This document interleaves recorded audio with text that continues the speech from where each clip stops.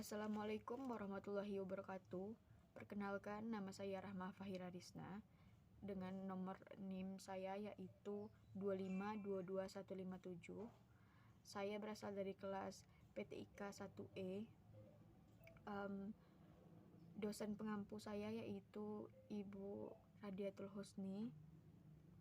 Pada video kali ini saya akan mereview atau menjelaskan buku yang berjudul Sosiologi Pendidikan karya Bapak DRS Haji Abu Ahbadi, penerbit Trineka Cipta, Jakarta 1991. Dalam buku ini ada daftar isinya, yang dalam daftar isi tersebut ada beberapa bab, dari bab pertama sampai bab ke-14. Oke, yang pertama yaitu bab pertama yaitu 1. Pengertian sosiologi pendidikan. Ada beberapa bagian. Bagian pertama yaitu arti sosiologi pendidikan.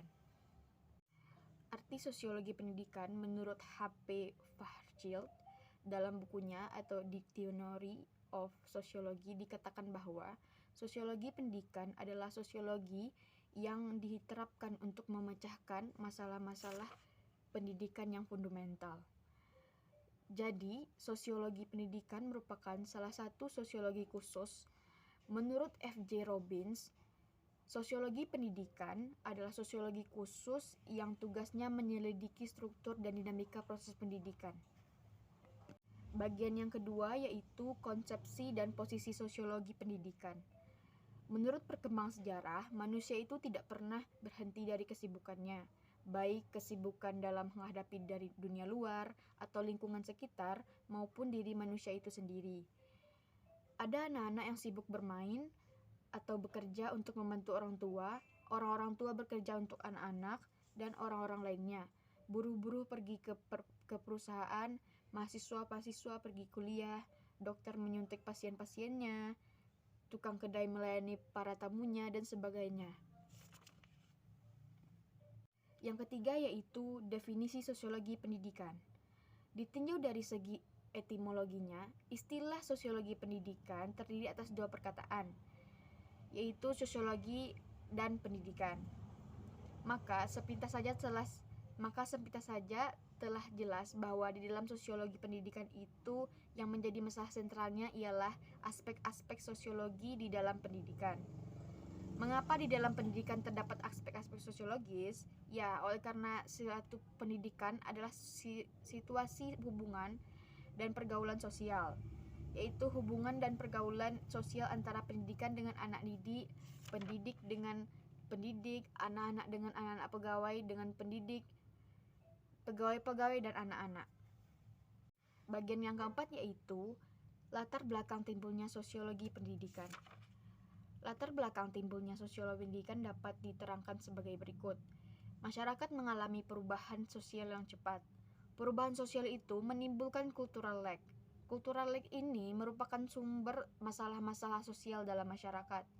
Masalah-masalah sosial itu dialami oleh dunia pendidikan. Lembaga-lembaga pendidikan tidak mampu mengatasinya. Kemudian, ahli-ahli sosiologi menyumbangkan pemikirannya untuk memecahkan masalah itu. Maka lahirlah sosiologi pendidikan. Pada bagian yang kelima yaitu educational sociology dan sociology of educational. Educational sociology merupakan aplikasi prinsip umum dan penemuan sosiologi bagi pengadministrasian atau proses pendidikan. Pendidikan ini berupaya untuk menerapkan prinsip-prinsip sosiologi pada lembaga pendidikan sebagai suatu unit sosial tersendiri. Yang kedua yaitu Sociology of Education, merupakan suatu analisis terhadap proses-proses sosiologis yang berlangsung dalam lembaga pendidikan, tekanan dan wilayah telahannya pada lembaga pendidikan itu sendiri. Bagian yang kedua itu bab kedua adalah pendekatan individu. Ada beberapa juga materi dalam pendekatan individu itu, yaitu yang pertama yaitu faktor biologis pada tingkah laku manusia. Perbedaan antara faktor biologis dan psikologis pada tingkah laku manusia adalah bahwa faktor biologis memandang manusia itu sebagai organisme yang murni dan sederhana.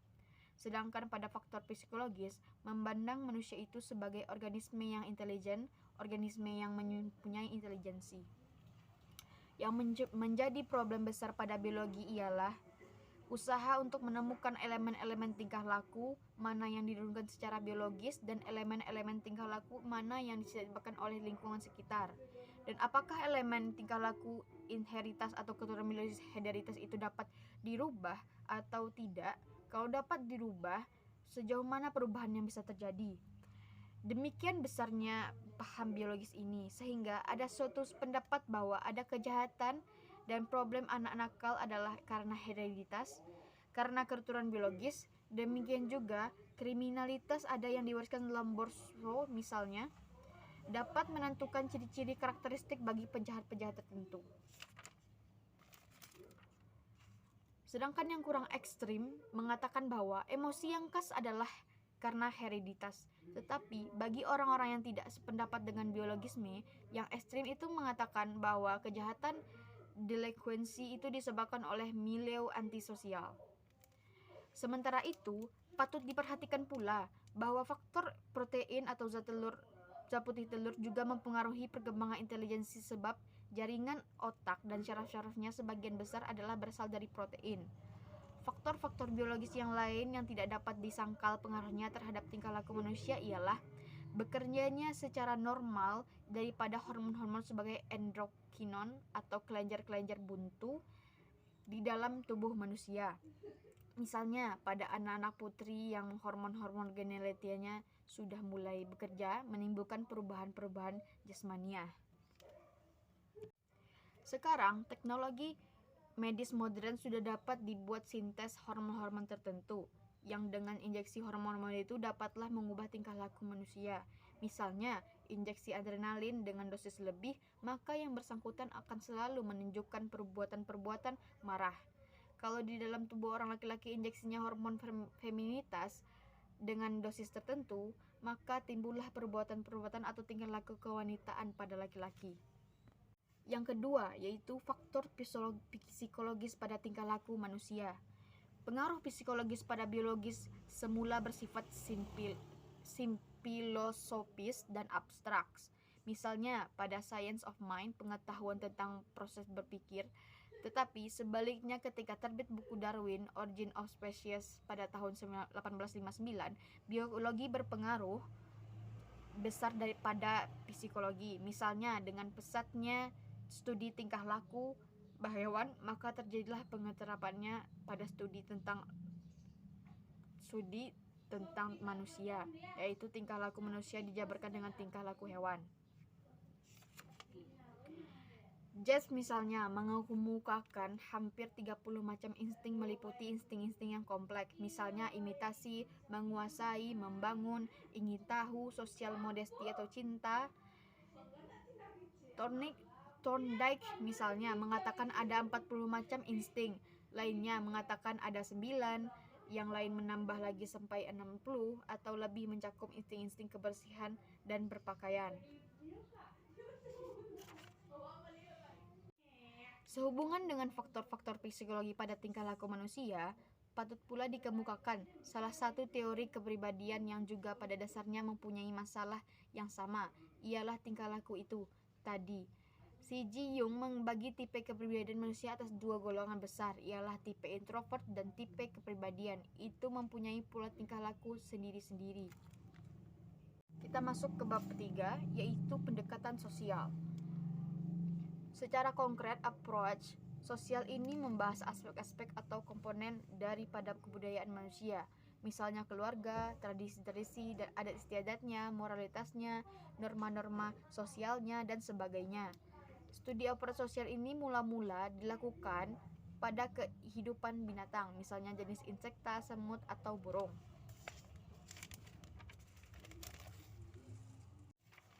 Mengenai penyesuaian diri ini dapat kita kemukakan secara luas. Pertama, yaitu penyesuaian diri dengan yang berarti mengubah diri kita sesuai dengan lingkungan atau autoplastis. Contoh, seorang desa yang berpindah ke kota, kemudian meninggalkan kebiasaan-kebiasaan yang dijalankan di desa, kemudian bertingkah laku seperti orang kota. Yang kedua, Penyesuaian diri yang bertingkah mengubah lingkungan sesuai dengan kehendak kita atau alloplastis. Contoh, seseorang yang berpindah ke suatu tempat tetapi mereka tetap mempertahankan kebiasaan lingkungannya sesuai dengan keinginannya. Menurut H. Brunner, yang dimaksud dengan interaksi sosial ialah suatu hubungan antara dua individu atau lebih di mana kelakuan individu yang satu mempengaruhi, mengubah atau mempengaruhi kelakuan individu yang lain dari sebaliknya. Kita masuk ke bab yang keempat, yaitu pendekatan interaksi. Situasi interaksi adalah situasi hubungan sosial, maka dapat dikatakan bahwa manusia itu memasyarakatkan diri, atau dengan perkataan lain, manusia membudayakan diri dan pemasyarakatan. Pembudayaan ini tidak akan ada habis-habisnya sampai pada akhir zaman. Tanpa membudayakan diri, tanpa menginteraksikan diri, manusia tak mungkin dapat tumbuh dan berkembang secara wajar, dan tak lain daripada seekor binatang. Kesimpulan pendekatan ini mengatakan bahwa untuk mengetahui tingkah laku manusia harus dilihat dari individu dan masyarakat. Jadi, approach daripada education of sociology tidak semata-mata individual atau sosial, tetapi kedua-duanya. Kita masuk ke bab bagian kelima, yaitu bab kelima, teori medan. Inti daripada teori medan ini ialah meneliti struktur medan hidup atau life space berserta pribadinya, personnya, life space sosial atau medan sosial. Medan hidup ini merupakan kondisi-kondisi syarat-syarat dan situasi-situasi konkret yang menyertai gerak pribadi, gerak person tadi. Objek manusia dianggap sebagai organisme. Kita masuk ke bagian keenam, yaitu atau bab keenam, warisan kebudayaan. Ada beberapa bagian. Yang pertama, pengertian kebudayaan. Kebudayaan atau kultur atau dalam bahasa Belanda, kulture bahasa Inggris, berasal dari perkataan Latin colore yang berarti mengolah, mengerjakan, menyuburkan dan mengembangkan, terutama mengolah tanah atau bertani. Dari segi arti ini berkembanglah arti kultur sebagai segala daya dan aktivitas manusia untuk mengubah dan mengubah alam. Dilihat dari sudut bahasa Indonesia, kebudayaan berasal dari bahasa Sanskerta atau budaya, yaitu bentuk jamak dari budi yang berarti budi atau akal. Kebudayaan secara keseluruhan adalah hasil usaha manusia untuk mencakupi semua kebutuhan hidupnya. Bagian yang kedua yaitu manusia makhluk berkebudayaan. Manusia itu berbudaya. Dus manusia itu aktif menciptakan kebudayaan.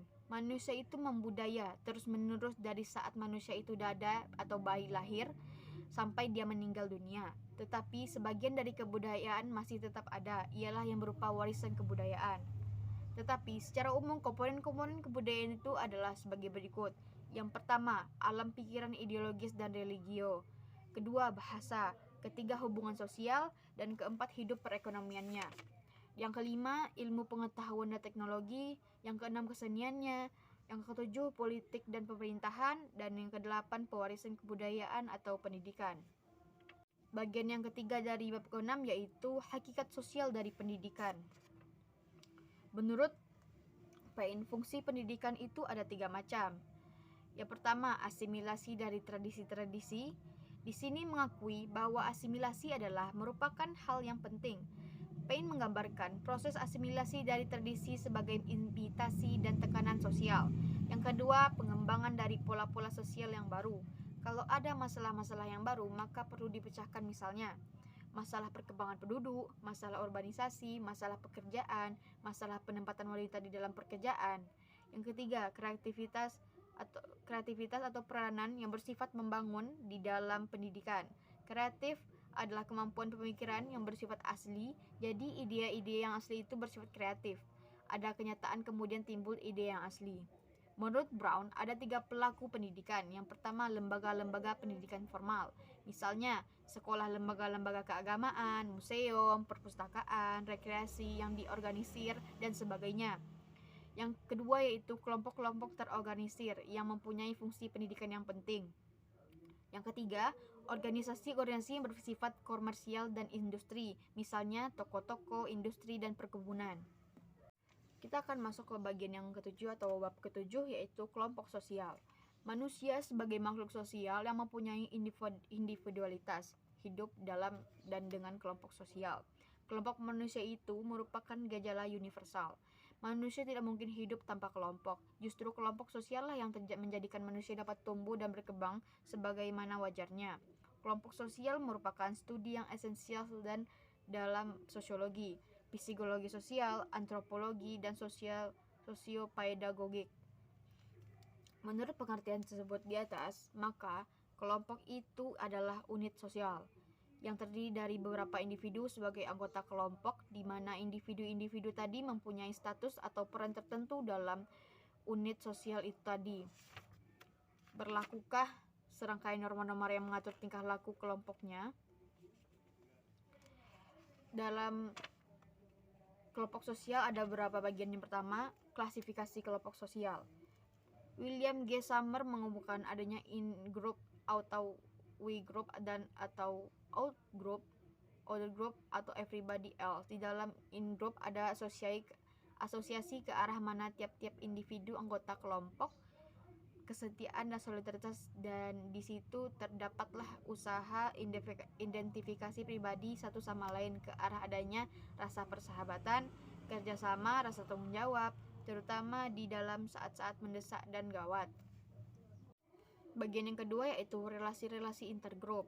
Kasta dan kelas menentukan organisasi sosial dan status individu dalam identifikasinya dalam kelompok, sehingga dengan demikian menentukan relasi-relasi dalam kelompok, yaitu relasi-relasi dalam kasta dan kelas.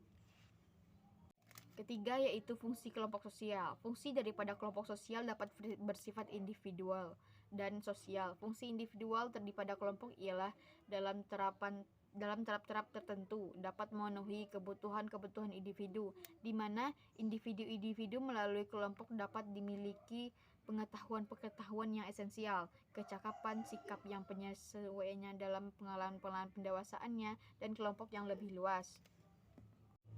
Yang keempat yaitu dinamika kelompok sosial. Perubahan-perubahan di dalam pola tingkah laku masyarakat tidak selalu berjalan lancar, tetapi seringkali terdapat hambatan-hambatan.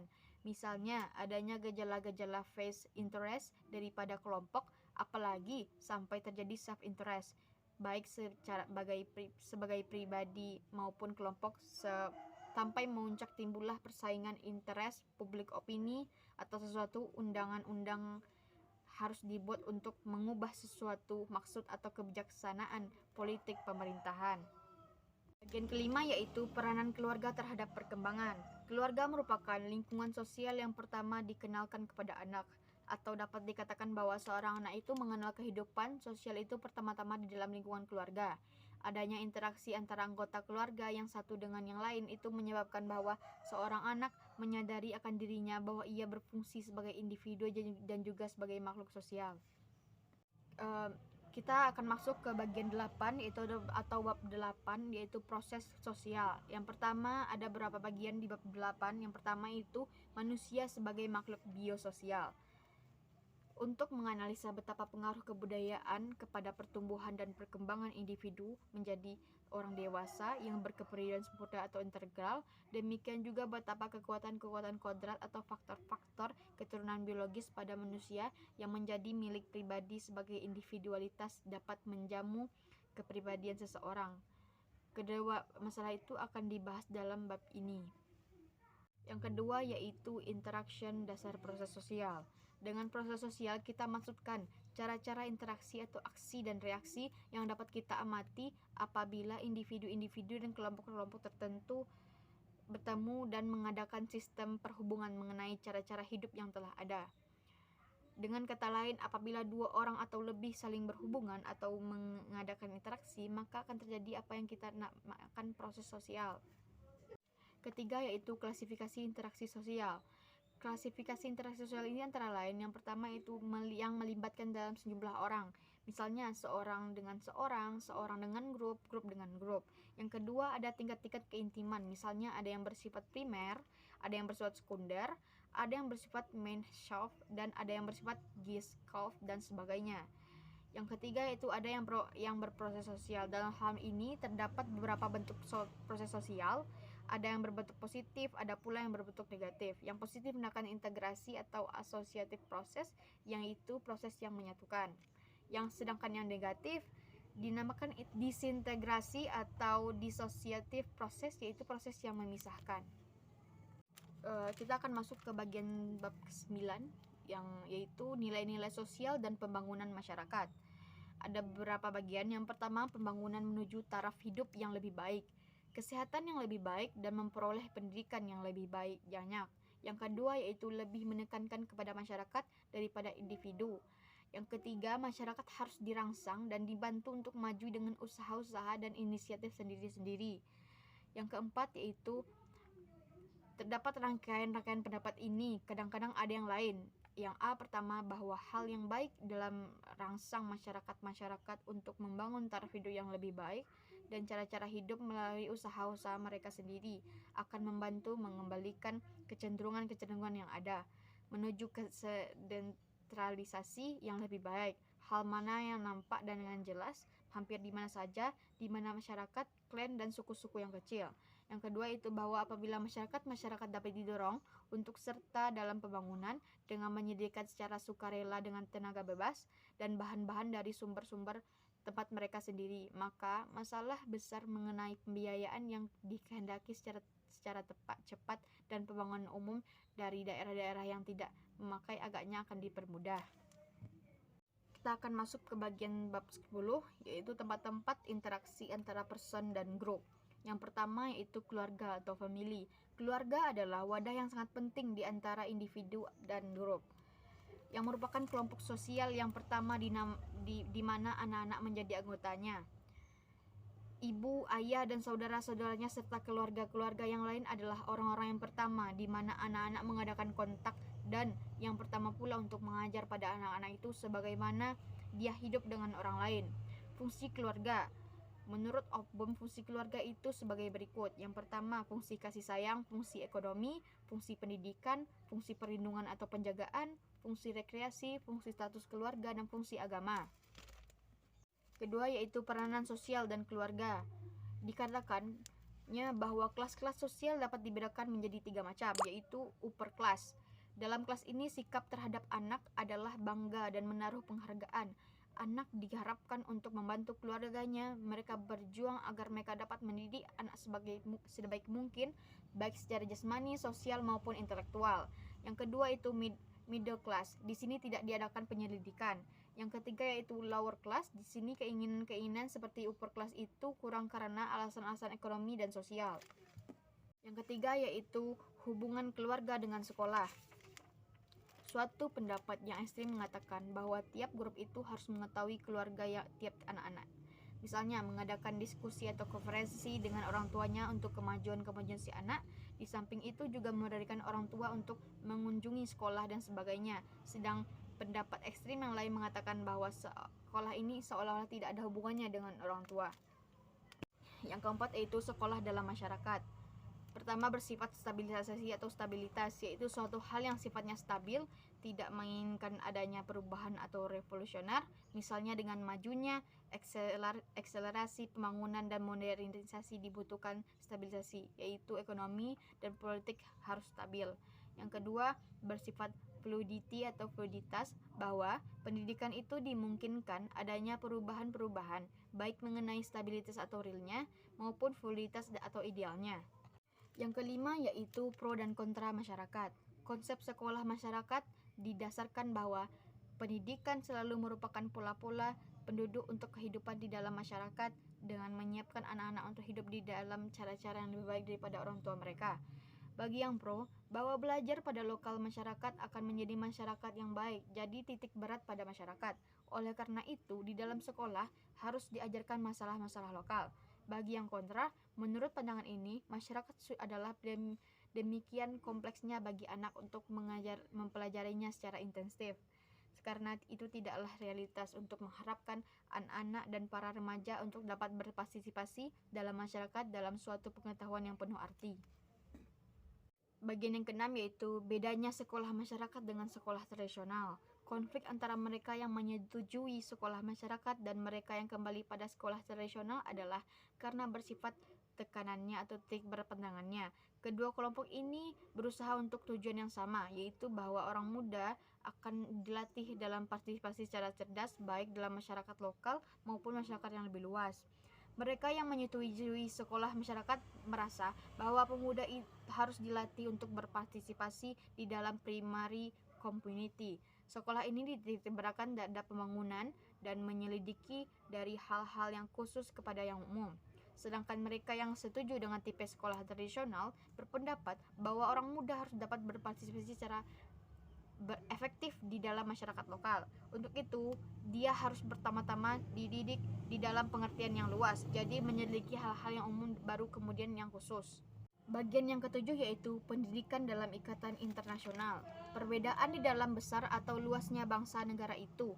Bangsa yang besar merasa kepentingan mereka lebih berarti daripada tetangga bangsa yang kecil. Bangsa yang kecil sebaliknya sering tidak mengetahui tanggung jawab tenaga yang besar. Yang kedua itu perbedaan dalam kebudayaan. Setiap negara agak berbeda dan kadang-kadang berbeda sama lain sekali tentang tingkah laku dan sikap-sikap mereka. Ketiga, kekurangan kontrak dan komunikasi antar bangsa-bangsa. Dan yang keempat, etnocentrisme. Kita akan masuk ke bab ke-11, sosiologi kurikulum. Ada beberapa bagian. Yang pertama, kurikulum dan masyarakat, pendidikan dan kehidupan. Pada masa dahulu, waktu manusia masih hidup dalam kelompok-kelompok masyarakat kecil dan sederhana, pendidikan anak untuk kehidupannya dalam masyarakat itu diselenggarakan di luar sekolah. Segala sesuatu yang perlu bagi pendidikannya diperoleh oleh anak-anak dari orang-orang di lingkungannya tanpa pendidikan formal di sekolah. Mereka hanya meniru dan mengikuti kelakuan dan cara-cara orang dewasa, sehingga mereka pandai mengolah tanah, memancing ikan, dan berburu. Di samping itu, ia mempelajari adat istiadat yang turun-temurun dari nenek moyangnya sehingga ia dapat mengatur kelakuannya sesuai dengan norma-norma yang berlaku di lingkungannya itu. Demikianlah anak-anak memperoleh pendidikan yang lengkap serta fungsional dalam masyarakat yang statis itu. Yang kedua, yaitu kurikulum dan sekolah.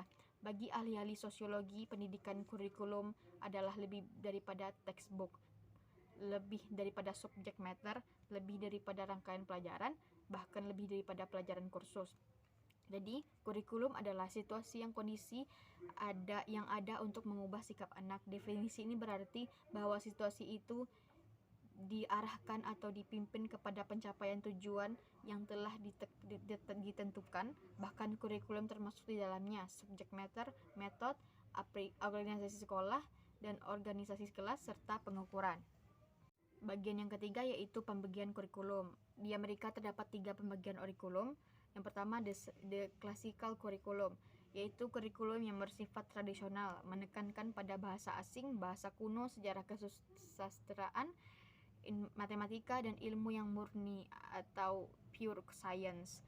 Yang kedua yaitu the vocational curriculum, yaitu kurikulum yang pada prinsipnya menyiapkan mahasiswa untuk bekerja dan dapat hidup layak di dalam masyarakat. Yang ketiga, life adjustment curriculum, yaitu kurikulum yang dititik beratkan untuk pembangunan kepribadian mahasiswa dan kegunaan sosial dari apa yang dipelajari dalam life experience curriculum. Life experience curriculum atau experience curriculum mencakup totalitas dari aktivitas kesehatan, mendidikan dan membina rumah tangga, memelihara dan memperbaiki kondisi material, menyatukan perasaan kebudayaan, dan lain-lain. Yang keempat yaitu kurikulum dan masyarakat dinamis. Masyarakat dewasa ini senantiasa merubah dan terus-menerus akan berubah. Masyarakat kita sekarang jauh berlainan daripada masyarakat nenek moyang kita, dan berlainan pula dengan masyarakat yang dihadapi oleh anak-anak cucu kita besok. Segala perubahan itu sedikit banyak mempengaruhi cara hidup dan cara berpikir manusia. Pada prinsipnya, masyarakat selalu dinamis dan senantiasa akan berubah. Kita masuk bagian yang kedua, yaitu sekolah masyarakat atau community school. Sekolah ini bersifat life-centered, yang menjadi pokok pelajaran ialah kebutuhan manusia, masalah-masalah dan proses-proses sosial dengan tujuan untuk memperbaiki kehidupan dalam masyarakat. Masyarakat dipandang sebagai laboratorium di mana anak belajar, menyelidiki, dan turut serta dalam usaha-usaha masyarakat. Masyarakat dipandang sebagai laboratorium di mana anak belajar, menyelidiki, dan turut serta dalam usaha-usaha masyarakat yang mengandung unsur pendidikan. Kita akan masuk ke bagian 12 atau bab 12, proses sosialisasi. Salah satu masalah yang menjadi pusat penelitian dan pengembangan sosiologi pendidikan ialah proses asosialisasi anak. Karena pentingnya penelitian mengenai proses sosialisasi ini, ada ahli-ahli sosiologi pendidikan yang berpendapat bahwa proses sosialisasi merupakan satu-satunya objek penelitian sosiologi pendidikan. Meskipun pendapat tersebut tidak tepat, namun tidak dapat dibungkiri bahwa proses sosialisasi merupakan salah satu objek penelitian dan pengembangan sosiologi pendidikan yang penting. Ada beberapa faktor yang mempengaruhi sosialisasi. Yang pertama, sifat dasar. Yang kedua, lingkungan parental. Yang ketiga, perbedaan individual. Yang keempat, lingkungan. Dan yang kelima, motivasi. Akan masuk ke bagian ke-13, yaitu masyarakat dan kebudayaan. Yang pertama, bentuk-bentuk kebudayaan. Submaterinya yaitu kebudayaan materi. Bagian materi dari suatu kebudayaan itu meliputi segala sesuatu yang telah diciptakan dan digunakan oleh manusia dan mempunyai bentuk yang dapat dilihat dan diraba. Kedua yaitu kebudayaan non-materi. Aspek non-materi dari kebudayaan itu merangkum semua buah karya manusia yang ia gunakan untuk menjelaskan serta jadikan pedoman bagi tindakan-tindakannya. Dan itu tidak hanya buah dapat ditemukan di dalam kepikirannya orang-orang. Kedua yaitu komponen-komponen struktur dari kebudayaan. Ada beberapa materi. Yang pertama, elemen-elemen kebudayaan atau kultur travis. Yang kedua yaitu kompleks kebudayaan. Yang ketiga adalah pola kebudayaan. Masuk yang ketiga yaitu tipe-tipe partisipasi kebudayaan. Yang pertama, partisipasi menyeluruh atau universal adalah trait-trait kebudayaan yang diperlukan bagi seluruh anggota dari suatu masyarakat. Yang kedua yaitu partisipasi pilihan atau alternatif adalah situasi di mana individu bisa memilih beberapa kemungkinan tindakan yang sama atau hampir sama, baiknya di mata masyarakat yang lebih besar. Yang ketiga yaitu partisipasi kekhususan atau spesial adalah aspek-aspek unik dari kebudayaan yang tidak diikuti oleh khalayak ramai secara umum. Yang keempat yaitu relativisme kebudayaan. Yang pertama, fanatisme suku bangsa atau etnosentrisme. Yang kedua yaitu goncangan kebudayaan atau culture shock.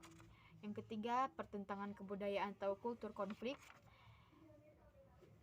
Kita akan masuk ke bagian terakhir yaitu bab ke-14, manusia dalam menghadapi masa depan. 1. Keadaan penduduk Indonesia dewasa ini.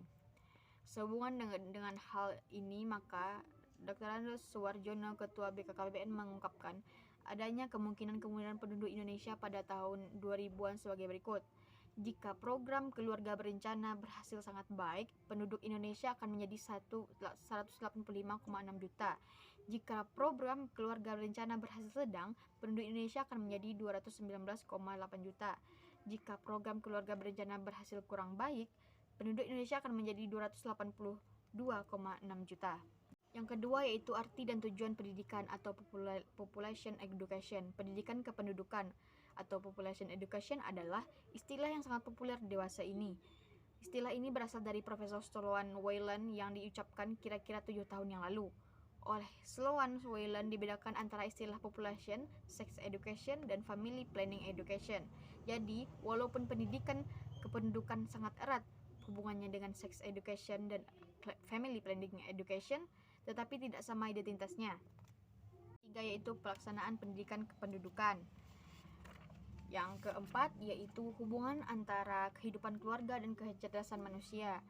Banyak faktor yang menentukan perkembangan hidup manusia. Faktor-faktor itu adalah faktor keturunan, yaitu faktor yang ada di dalam manusia itu sendiri.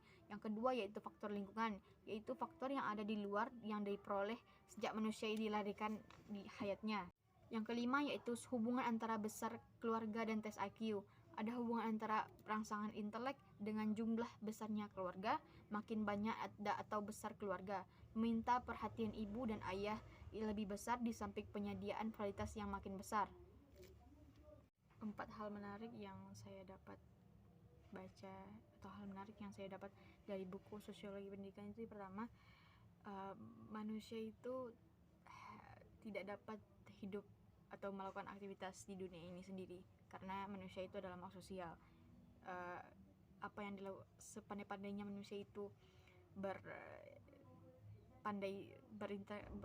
melakukan 4 hal menarik yang saya pelajari di dalam buku sosiologi pendidikan ini, yaitu yang pertama, manusia itu tidak dapat hidup sendiri karena manusia itu adalah, yang pertama kali balik lagi, manusia itu adalah makhluk sosial.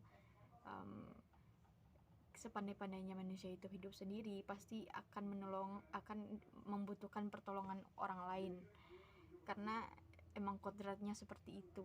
Manusia tidak dapat hidup sendiri, manusia hidupnya harus atau pasti membutuhkan pertolongan orang lain. Kedua, yaitu sosiologi pendidikan. Menurut saya sosiologi pendidikan itu kegiatan manusia sebagai makhluk sosial menimbulkan berbagai ilmu pengetahuan tersendiri, termasuk kegiatan manusia untuk mendidik generasi mudanya dengan mewariskan kebudayaan kepada anak cucunya nanti. Dalam mendidik, inilah manusia berusaha untuk mengetahui bagaimana proses pendidikan itu dilihat dari segi sosialnya, ditinjau dari konsentrasi sosialnya sehingga terjalin karya mendidik itu. Maka di sini timbullah suatu cabang ilmu pengetahuan, dan ialah sosiologi pendidikan. Yang ketiga yaitu faktor biologis pada tingkah laku manusia. Yang paling penting dari motif biologis ini yaitu pertama, kebutuhan makan, minum, dan istirahat. Itu sangat perlu bagi manusia karena kalau tanpa itu manusia tidak bisa dapat beraktivitas. Yang kedua yaitu kebutuhan seksual. Yang ketiga yaitu kebutuhan untuk melindungi diri dari ancaman orang lain atau ancaman bahaya sekitar. Yang keempat yaitu faktor fisiologis pada tingkah laku manusia, yaitu yang pertama, fokus hidup. Bukan harus membiarkan saat ini, atau berpikirlah mencapai fokus yang lebih bermanfaat, yaitu seperti kesuksesan belajar atau bekerja. Maka berpikirlah sepanjang-panjang mungkin. Gak apa-apa untuk hal-hal kita berhalusinasi, tapi halusinasi itu tujuan kita untuk mencapai. Yang keempat yaitu faktor fisiologis pada tingkah laku manusia, yang menurut saya fokus hidup. Bukan hanya memikirkan saat ini, esok atau lusa, tapi harus memikirkan apa tujuan kita ke depannya. Kita bermanfaat bagi orang lain kah? Atau tujuan kita bisa bekerja, membanggakan orang tua, atau kesuksesan belajar. Itu harus dipikirkan karena kita ada beban yang harus kita pikul karena orang tua akan sangat. Keempat yaitu faktor fisiologis pada tingkah laku manusia. Ya, pertama menurut saya fokus hidup. Kita harus memikirkan hidup itu nggak harus esok, lusa, dan nanti, tapi harus memikirkan pikiran panjang apa yang akan kita lakukan ke depannya, atau mendapatkan sesudah kuliah ini akan mendapatkan pekerjaan atau menempuh pendidikan yang selanjutnya, atau bisa membahagiakan orang tua kita gitu. Baiklah, itu saja yang dapat saya sampaikan pada video kali ini tentang mereview buku yang berjudul Sosiologi Pendidikan. Kalau saya ada salah kata, mohon dimaafkan. Sekian, terima kasih. Wassalamualaikum warahmatullahi wabarakatuh.